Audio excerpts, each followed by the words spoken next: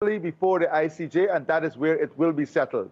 So we have told our investors they have no fear. We're on the right side of history, the right side of the law, and there is absolutely no fear in investing in Essequibo, which belongs to Guyana.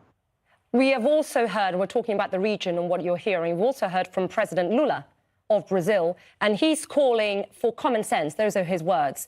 We've also heard from the US State Department, Mr. President, you've seen that, calling for a peaceful resolution on the border dispute between Venezuela and Guyana. Do you feel that these comments go far enough? Do you think that the region is doing enough to denounce Maduro's provocation here?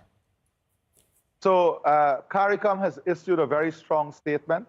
The OAS has issued very strong statement. Commonwealth has issued very strong statement. We are working now with CELAC so that CELAC can issue a very strong statement. I think President Lula also sent a team into Venezuela to have discussions with President Maduro and his team. That team came back, and what we saw is that Brazil has increased their presence on their border with Venezuela. President Lula has given me assurance that Brazil stands strongly with Guyana, and that they would not see any reckless behavior by Venezuela. We are working now with SOUTHCOM, the Department of Defense, and State Department of the US, and hopefully within the next 24 hours, a lot of strong statements and strong communication to Venezuela will be released.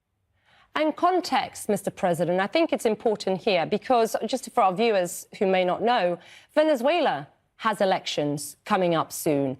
The opposition in the country is getting stronger. How much is this just political posturing or distraction? What have you been advised? So this is one school of thought, that a lot of this has to do with the internal politics of Venezuela and President Maduro trying to distract from the internal politics. But that is Venezuela issue. What he is doing is creating a direct threat to Guyana and working towards creating instability in the region. And I think the U.S. ought to take this into consideration. We expect President Biden administration would look at the behavior of Venezuela in relation to the sanctions themselves. Yeah, and that is a very important point. I also I think it's important to add that Russia and President Putin, as you well know, Mr. President, one of President Maduro's allies, strong allies, and given what we have seen in Ukraine and the fact that Putin remains in the battle and potentially losing financial support, Ukraine's losing potentially financial support from the West or maybe waning, do you think that Putin's actions in Ukraine are enabling this?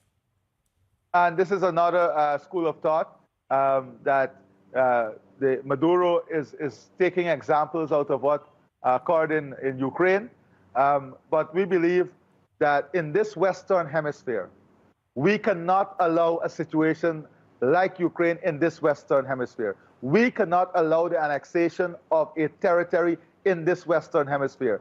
That would be something that we have never contemplated in this hemisphere and will disrupt the stability, the peace that we are known for within this hemisphere.